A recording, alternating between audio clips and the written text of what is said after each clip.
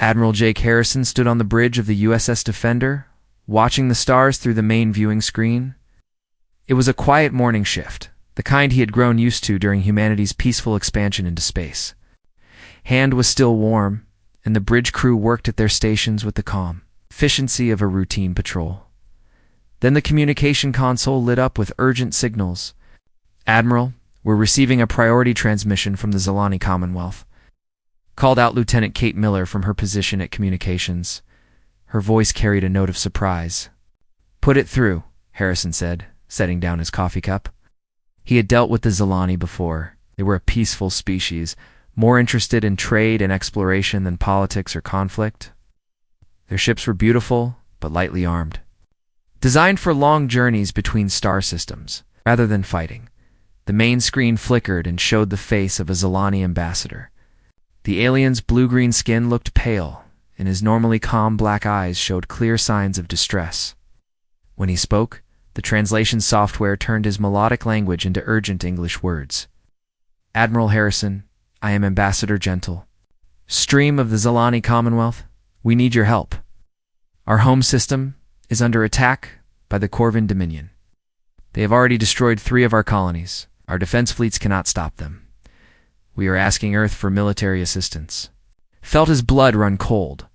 The Corvin Dominion was known throughout this sector of the galaxy as an aggressive empire that conquered other species and took their resources. Intelligence reports suggested they had been expanding their territory for the past decade. They had never attacked the Zilani before. "How long do you have?" Harrison asked. "Our analysts believe the Corvin fleet will reach our home world in 6 days," the ambassador replied. "Trade protection? Not for fighting a full invasion fleet. The Corvin have over 200 warships heading toward our planet. We have maybe 30 ships that can fight, and most of those are already damaged from trying to slow down their advance." Captain Lisa Martinez, the ship's diplomatic officer, stepped forward. "Ambassador, have you considered economic sanctions? Perhaps we could pressure the Corvin through trade restrictions or diplomatic channels. The Galactic Council might be willing to mediate." Captain Martinez, the Corvin Dominion withdrew from the Galactic Council 2 years ago. They no longer recognize any authority except their own military strength. Economic pressure takes months to work. You have days before they reach our homeworld. And billions of our people. Harrison turned to Commander Ryan Beck, his intelligence officer. Beck was already pulling up data files on his console, his fingers moving quickly across the controls. "Commander, what do we know about recent Corvin activities?" Harrison asked. Beck's face was grim as he read the reports. "Sir, it's not good news. Over the past 6 months, we've detected Corvin scout ships near 3 of our outer colonies. They've been testing our shipping routes and scanning our defense platforms. Intelligence believes they're planning to move against human territory." After they finished with the Zilani, the bridge fell silent as the implications sank in. If the Corvin destroyed the Zilani Commonwealth, humanity would be their next target. The Zilani homeworld was only 4 days' travel from Earth's newest colony at New Boston. Admiral Ambassador Gentle Stream continued, "We know this is a large request. The Zilani and humans have been friends for 15 years, but we have never asked for military help before. However, if the Corvin succeed in conquering our worlds, they will have access to our navigation charts and knowledge of human space." Harrison made his decision quickly. 15 years of military training and 3 decades of naval experience told him that waiting for the enemy to finish off your allies was never a good strategy. "Ambassador, please stand by. I need to contact Earth immediately." To Earth took several minutes to establish due to the distance. When President Helen Carter appeared on the screen, she was in the Oval Office with several advisors around her. Harrison quickly explained the situation. "Commonwealth is requesting immediate military assistance against a Corvin invasion fleet. Intelligence suggests that if the Corvin succeed, they will target human colonies next. I recommend we authorize Operation Steel Shield." President Carter was quiet for a long moment. Operation Steel Shield was the emergency plan for deploying a full battle fleet to defend human allies. It had never been used before, because humanity had never faced a threat this serious. "Admiral, what are we looking at in terms of force deployment?" "The Third Fleet, Madam President. 12 heavy cruisers, 36 destroyers, and the USS Sovereign. We can have them ready to deploy within 18 hours. Advisors leaned forward. Damn, President, that's a significant commitment. We would be sending nearly half of our frontline military assets to fight a war that isn't directly threatening Earth. Act now, Harrison replied firmly. The Corvin won't stop with the Zilani. Every intelligence report we have suggests they view this entire sector as territory to be conquered. If we help the Zilani now, we fight the Corvin at their strength. Carter nodded slowly. Admiral Harrison, you have authorization for Operation Steel Shield. Deploy the Third Fleet immediately. You have full authority to engage the Corvin forces and protect the Zilani Commonwealth. Harrison felt the weight of command settle on his shoulders. Short history among the stars? Thank you, Madam President. Admiral Harrison out. He turned back to Ambassador General Stream, who had been waiting patiently during the conversation with Earth.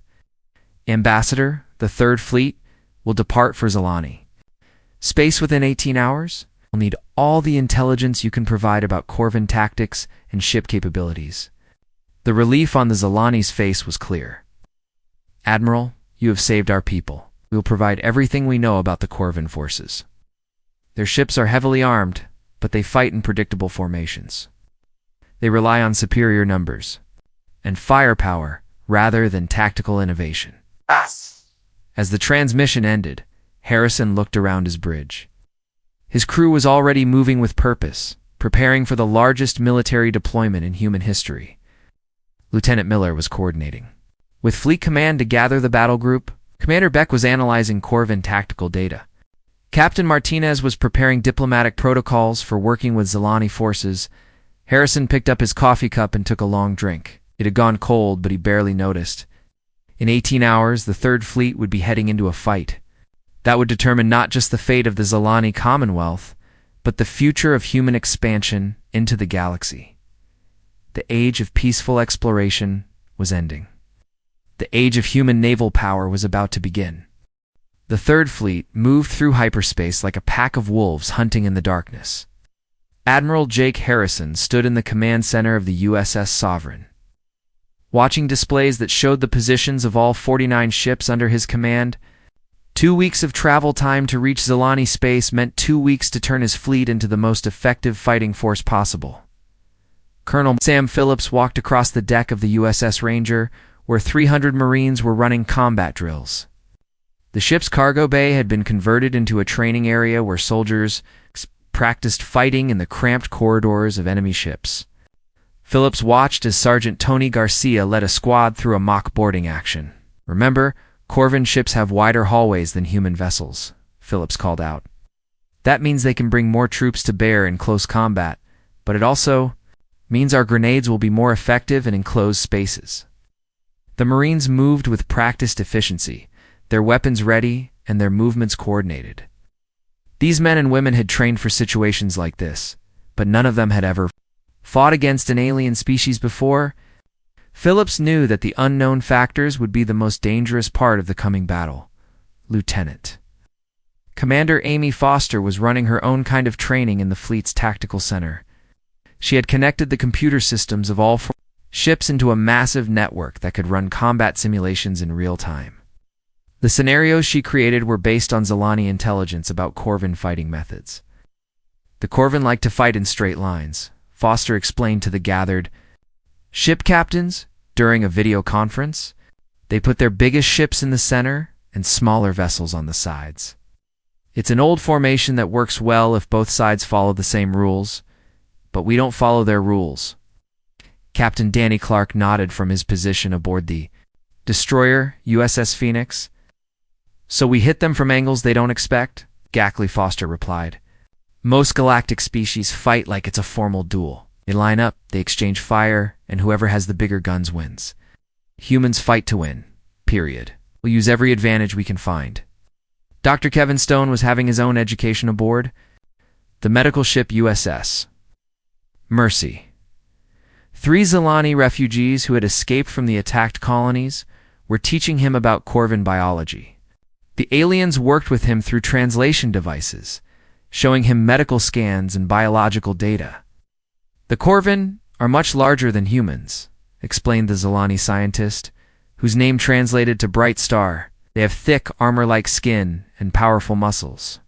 But they have two major weaknesses that we have discovered. Stone leaned forward with interest. What are they? Their eyes are very sensitive to bright flashes of light. Human flash grenade would blind them for several minutes. Also, they have difficulty moving quickly in low temperatures. Their metabolism slows down when it gets cold. Stone made notes quickly. This information could save human lives in the coming battle. He immediately sent the data to Colonel Phillips and the other military commanders. Chief Engineer Rachel Torres was working around the clock to modify human weapons based on Zilani intelligence about Corvin armor and shields. The Zilani had provided detailed scans of Corvin ship defenses, and Torres was adjusting human plasma cannons to penetrate their shielding more effectively. The Corvin use a rotating shield frequency, she explained to her engineering teams. Most species just keep firing at the same frequency until they break through. But if we match our weapons to their rotation cycle, we can punch through their shields much faster. Her teams worked in 12-hour shifts, modifying weapon systems across the entire fleet. By the end of the first week of travel, every human ship had weapons that were specifically designed to fight Corvin vessels. The Zilani liaison officer, who went by the translated name Swift Current, spent most of his time on the bridge of the USS Sovereign. He watched with amazement as the human fleet prepared for battle in ways that no other species had ever attempted. Admiral Harrison, Swift Current said one afternoon, I must ask you something. Why do humans prepare so differently for warfare? Harrison looked up from the tactical reports he was reading. What do you mean? The Corvin prepare for battle by building bigger ships and more powerful weapons. The Zilani prepare by studying star charts and planning escape routes. But humans seem to prepare by learning everything possible about their enemy and then inventing new ways to fight them. Harrison smiled grimly. Swift Current. Humans have been fighting each other for thousands of years before we ever left our home planet. We learned that the side that adapts fastest usually wins. Size and firepower matter, but they're not everything. This is not how most galactic species think about warfare, the Zilani replied. Maybe that's why most galactic species lose when they fight the Corvin, Harrison said. As the fleet moved deeper into hyperspace, long-range sensors began picking up signals from the Zilani home system. The news was not good.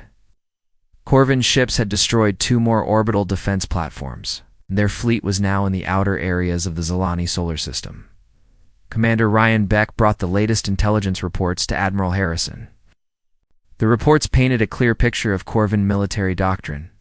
They're methodical, Beck explained.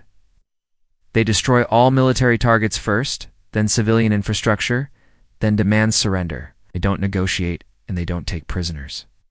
Unless those prisoners have useful skills or knowledge, how do they react when someone fights back effectively? Rayson asked. That's the interesting part, sir. Every species the Corvin have conquered either surrendered quickly or was destroyed completely. They've never faced organized resistance from a technologically advanced military, Harrison nodded thoughtfully. So they've never had to adapt their tactics to face a real threat. Exactly, sir. They've been fighting the same way for decades because it always works. Captain Maria Santos was leading a different kind of preparation aboard. Her strike group of fast destroyers. Her ships were practicing hit-and-run attacks against simulated targets. Santos had studied the sensor reports of Corvin fleet movements and noticed something important. They keep their supply ships in the center of their formation, she explained to her captains. If we can break through their lines and hit those supply vessels, we can cripple their entire fleet's ability to fight a long battle. Lieutenant Commander Pete Johnson was running similar exercises with his squadron. His ships were practicing stealth approaches using the asteroid fields that surrounded many star systems. Human ships had better stealth technology than most galactic species, and Johnson intended to use that advantage. The Corvin have never fought an enemy that could appear and disappear at will, he told his crews. They're used to seeing their targets coming from a long distance away. The holographic meeting room aboard the USS Savarin was filled with the images of 48 captains and their senior officers. Ladies and gentlemen, Harrison began, In 72 hours, we will drop out of hyperspace at the edge of the Zilani system. Intelligence reports indicate that we will be facing a Corvin fleet of over 200 ships. They outgun us and outnumber us 4-1. The room was silent as the commanders absorbed this information. However, Harrison continued, "They have never fought humans before. They don't know our tactics, our capabilities, or our determination. Most importantly, they think this will be just another easy conquest. We're going to prove them wrong." Captain Danny Clark raised his hand. "Admiral, what's our primary objective? Destroy the Corvin fleet, or just drive them away from the Zilani homeworld?" Harrison's expression was hard. "Captain, our objective. We're not just here to save the Zilani. We're here to send a message to every aggressive species in this part of the galaxy." The final 2 days of travel passed quickly as the fleet made final preparations. Weapons were checked and rechecked. Battle plans were reviewed one last time. Marines sharpened their combat knives, and engineers ran final tests on modified systems. Admiral Harrison stood alone on the bridge of the USS Sovereign as the fleet prepared to drop out of hyperspace. In a few minutes, they would face the largest space battle in human history. The outcome would determine not just the fate of the Zilani Commonwealth, but humanity's place in the galaxy. "All ships report ready for combat operations," Lieutenant Kate Miller announced. "Drop us out of hyperspace," Harrison ordered. The stars shifted, and the Third Fleet entered Zilani space, ready for war. The Third Fleet dropped out of hyperspace at the edge of the Zilani system, like a storm breaking over a calm sea. Admiral Jake Harrison immediately saw what they were facing on the main display screen. More than 200 Corvin warships surrounded. "My God," whispered Lieutenant Kate Miller from her position at communications. "There are so many of them." The Corvin fleet was arranged in a perfect battle line formation, just as the intelligence reports had predicted. Sat in the center with heavy cruisers on both sides. Smaller destroyers and frigates formed the outer edges of their formation. "Admiral, we're receiving a transmission from the Corvin fleet," Miller announced. Skin marked with scars from previous battles. When he spoke, his voice was deep and threatening, even through the translation software. "Human vessels, you are interfering in Corvin territory. You are outnumbered. 4-1. Surrender now, and we will allow you to leave this system alive." Harrison stepped forward. "This is Admiral Jake Harrison of the Earth Defense Force. The Zilani Commonwealth is under our protection. Your forces, or we will consider you hostile." The Corvin admiral laughed, a harsh sound that filled the bridge. "Foolish humans. Your tiny fleet cannot stand against the might of the Corvin Dominion. We have conquered 17 star systems." Harrison's expression remained calm, because we're not like the others. The transmission ended. Harrison immediately turned to his communications officer. "Miller, signal all ships. Execute Battle Plan Alpha." Across the fleet, human ships began moving in patterns the Corvin had never seen before. Instead of forming a single battle line to face the enemy, the Third Fleet split into 3 separate groups. Captain Danny Clark led 12 destroyers in a wide arc toward the asteroid belt that surrounded the inner planets. Captain Maria Santos took 8 fast ships directly toward the Corvin supply vessels in the rear of their formation. Meanwhile, Admiral Harrison led the main force, including the USS Sovereign and all the heavy cruisers, straight toward the center. Of the Corvin line, the Corvin admiral watched this movement with confusion. His species had fought the same way for hundreds of years. 2 fleets faced each other in straight lines and exchanged fire until one side was destroyed or retreated. But the humans were doing something completely different. "All ships, maintain formation," the Corvin admiral ordered. "Concentrate fire on the human flagship." The massive Corvin dreadnought opened fire with plasma cannons that could destroy a city. But Admiral Harrison had expected this. The USS Sovereign's modified shields, adjusted by Chief Engineer Rachel Torres during the journey, absorbed the blast much better than the Corvin had anticipated. "Turn fire," Harrison commanded. "Target their main weapon systems, the Sovereign's. Guns modified to penetrate Corvin shielding.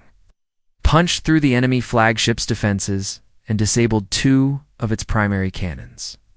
The Corvin admiral stared in shock as his most powerful weapons went offline. Meanwhile, Captain Clark's destroyer squadron had reached the asteroid belt. Using the large rocks as cover, his ships began attacking the Corvin fleet from an angle the aliens had never considered. Lieutenant Commander Pete Johnson piloted the USS Ranger through the asteroids like a fighter plane, appearing and disappearing as he struck at enemy vessels. "Target the ship on the left flank," Johnson ordered his weapons officer. "Hit their engines and move to the next target." The Ranger's plasma torpedo struck a Corvin cruiser and disabled its main propulsion. Before the enemy could respond, Johnson's ship had already vanished behind a large asteroid and was attacking a different target. The Corvin captains tried to follow the human destroyers into the asteroid field, but their larger ships were not designed for such precise maneuvering. Two Corvin vessels collided with asteroids while trying to pursue.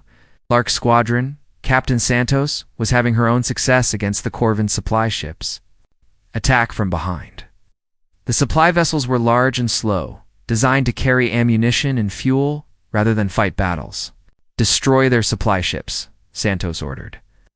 "Without fuel and ammunition, their main fleet can't fight for long."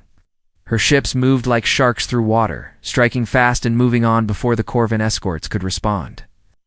Within 20 minutes, Santos had destroyed or disabled half of the enemy supply fleet. The Corvin admiral was becoming desperate. His careful battle formation was falling apart as human ships attacked from multiple directions at once. His communications officer was receiving panicked reports from captains across the fleet. "Admiral, the humans are using some kind of stealth technology, so our sensors can't track them properly. Admiral, they've destroyed our supply depot ships. We're running low on long-range missiles. Admiral, their weapons are penetrating our shields more effectively than any enemy we've faced before." Instead of maintaining the traditional formation, he ordered his ships to break ranks and pursue the human vessels individually. All ships abandoned formation. The moment the Corvin fleet broke formation, they lost their main advantage of concentrated firepower. Now it was ship against ship. And human crews had trained for exactly this kind of fighting. Lieutenant Commander Amy Foster, coordinating the battle from her position aboard the USS Sovereign, smiled as she watched the Corvin formation collapse on her tactical display. "Admiral, they're doing exactly what we wanted them to do," she reported. "Their ships are separating and losing mutual support." "All ships execute Plan Beta," Harrison ordered. "Engage individual targets with full firepower." The battle became a deadly dance as human ships used their superior maneuverability and coordination to fight the larger Corvin vessels. Captain Nick Turner, commanding the heavy cruiser USS Valiant, found himself facing a Corvin battleship twice his size. "Sir, that ship has enough firepower to destroy us in one direct hit," his weapons officer warned. "Then we won't let them get a direct hit," Turner replied calmly. "Use our speed advantage. Circle around them and target their weapon systems." Vessels, gun turrets. The enemy ship tried to turn and track the human cruiser. Turner's ship was simply too fast and agile back in the asteroid field. Lieutenant Commander Johnson was leading his destroyers in what could only be described as a three-dimensional game of hide-and-seek with death as the stakes.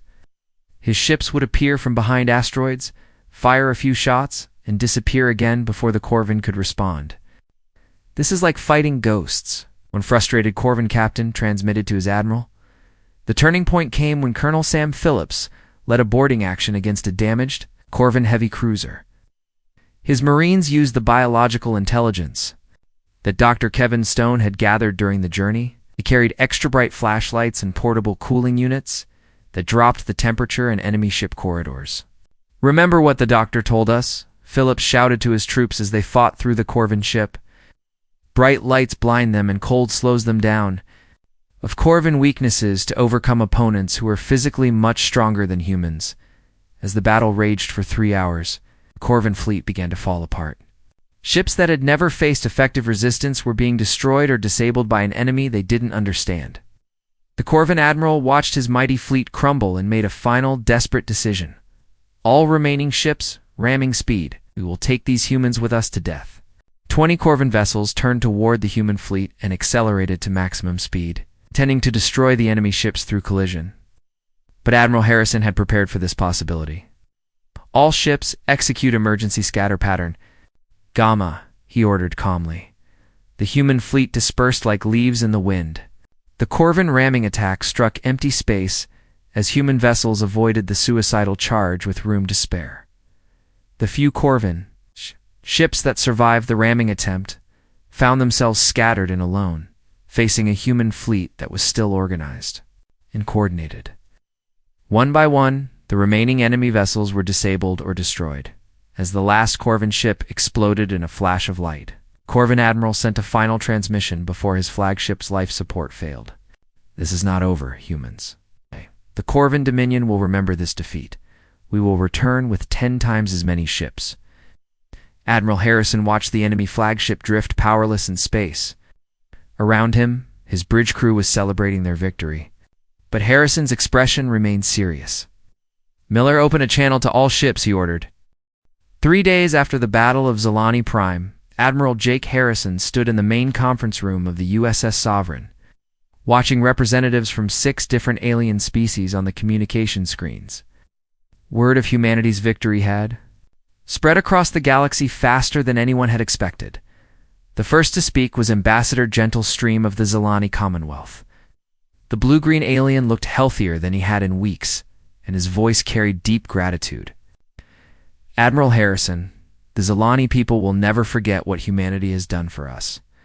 Our government has voted unanimously to offer Earth a formal military alliance. We also wish to share our advanced navigation technology with your fleet.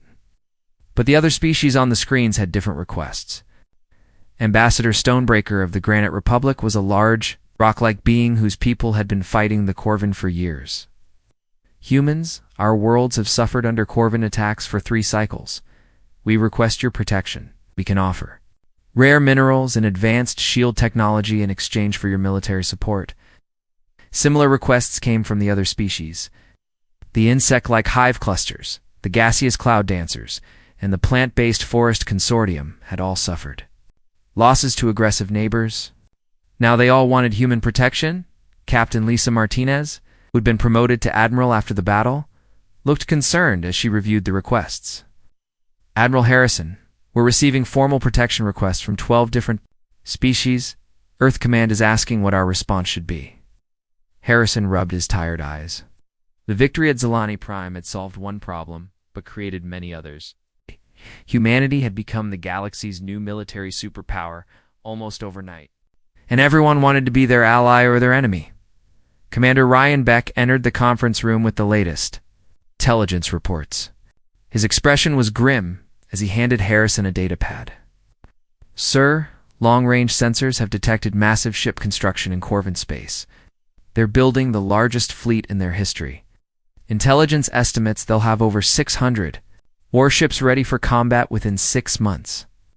Harrison felt a chill run down his spine. The Corvin Admiral's final threat was becoming reality. How many ships? Harrison asked. Conservative estimate is 600 combat vessels, sir. Worst case scenario is 800. Either way, it's more than triple the size of the fleet we just defeated. Ambassador Carol White arrived from Earth that afternoon aboard the diplomatic cruiser USS Harmony. She had been sent by President Helen Carter to negotiate the complex web of alliances that were forming around human military power. White was an experienced diplomat, but even she seemed overwhelmed by the situation. Admiral Earth is facing a completely new reality, White explained during a private meeting. 6 months ago, we were a minor player in galactic politics. Today we have formal alliance offers from 18 species and protection requests from 37 more. The Galactic Council is demanding we explain our military capabilities. 3 major powers are asking if we're planning to conquer their territory. What does President Carter want us to do? Harrison asked. She wants us to be very careful. We've proven that human military technology is more advanced than most species realized. But we're still just one planet with limited resources. If we try to protect everyone who asks for help, we could end up fighting wars on dozens of different fronts. The reality of their situation became clear over the following days. Commander Steve Miller, who had been promoted to captain for his actions during the battle, was leading a survey mission to establish human naval bases in allied systems. His reports painted a picture of a galaxy that was rapidly choosing sides. Sir, the Corvin aren't the only aggressive species out there, Miller reported via secure transmission. The Ironclaw Empire and the Blood Moon Confederation are both expanding their fleets. Seems like our victory has convinced other militaristic species that a major war is coming. Dr. Janet Brooks, Earth's leading expert on alien politics, arrived on the next diplomatic ship with a team of analysts. She had spent her career studying how different species interacted, but the current situation was unlike anything in galactic history. Admiral, what we've done has fundamentally changed how warfare works in this part of the galaxy, Brooks explained. For centuries, most conflicts have been small-scale affairs between neighboring systems. Large species like the Corvin could conquer smaller ones because nobody was willing or able to intervene. But now, there's a military power that will cross dozens of star systems to protect allies. So what does that mean for us? Harrison asked. It means every species in the galaxy has to factor human intervention into their strategic planning. Species are building larger fleets because they know they might face human opposition. Peaceful species are asking for our protection because they know we can actually provide it. Captain Nick Turner was commanding the new human base at Zalani Prime when the first test of the new reality came. The Claw Raiders, a group of pirates who had been terrorizing trade routes for years, attacked a convoy of ships carrying refugees. From a Corvin-destroyed colony, Admiral, the Claw Raiders have seized 3 refugee ships in the Outer Rim, Turner reported. They're demanding ransom from the species' governments. In the past, most governments would just pay rather than risk a military confrontation. Harrison made his decision quickly. Captain Turner, take your squadron and destroy the Raider base. Make it clear that attacking refugees under human protection is not acceptable. The operation took less than 6 hours. Turner's ships used the same tactics that had worked against the Corvin, attacking from multiple directions and using superior technology to overwhelm the pirates. The Raider base was destroyed, and the refugees were rescued without casualties. But the real impact came from what happened next. Within days, 3 other pirate groups in the region surrendered their weapons and asked for amnesty. Word had spread that humanity would hunt down anyone who attacked the innocent. No matter how small the target, Captain Danny Clark was experiencing similar changes while patrolling the trade routes near human space. Merchants from dozens of species were requesting human escorts for their cargo ships. Pirates and raiders who had operated freely for years were avoiding any area where human warships might appear. It's like we've become the galactic police force, Clark reported during a fleet conference. Every time a human ship enters a system, the crime rate drops to almost 0. Ambassador White was dealing with the political consequences of humanity's new role. The Galactic Council was deeply divided about what to do with Earth's military power. Some species wanted to welcome humanity as a major galactic power. Others feared that humans would become just another conquering empire. The Council has asked us to limit our military operations to defensive actions only, White reported to Harrison. They're worried that if humans continue expanding their influence, will destabilize the entire galactic political structure. And what did you tell them? Harrison asked. I told them that humanity will defend our allies and protect innocent people, regardless of what the Council decides. But I also assured them that we have no interest in conquering territory or forcing our will on other species. The situation became more complex. When intelligence reports revealed that the Corvin weren't the only ones building massive fleets. The Ironclaw Empire had begun construction of 200 new warships. The Blood Moon Confederation was developing new weapons technology. Even peaceful species were building defense fleets much larger than anything they had ever constructed. Before, Dr. Brooks called it an arms race triggered by humanity's demonstration of military power. Every species is asking the same question, she explained. If humans can cross the galaxy to fight for their allies, what does that mean for our own security? President Carter arrived in the Zalani system, aboard the heavy cruiser UAZ's Constitution for a personal assessment of the situation. She met with Admiral Harrison, Ambassador White, and the senior staff to discuss humanity's future in the galaxy. Admiral, 6 months ago, our biggest concern was protecting our 3 outer colonies from pirates, Carter said. Now we're responsible for the safety of 18 allied species, and we're facing the largest military buildup in galactic history. We need to decide what kind of power humanity wants to be. Harrison looked out at the stars through the conference room window. Human ships were patrolling the system, protecting 8 billion Zilani who were alive because of Earth's decision. To act, Madam President, I think we've already decided. The moment we chose to help the Zilani, instead of waiting for the threat to reach our own borders, we became something new. We became the species that other people call when they need help. Carter nodded slowly. Then we need to be prepared for what comes next. Captain Miller's report suggests the Corvin Revenge fleet will be ready within 4 months. But beyond that, we're looking at a galaxy where every major conflict might require human intervention. Are we ready for that responsibility? White asked. Harrison thought about the young men and women serving on the ships of the Third Fleet. They had signed up to protect human colonies, but now they were guardians of galactic peace. It was a heavy burden for any species to carry.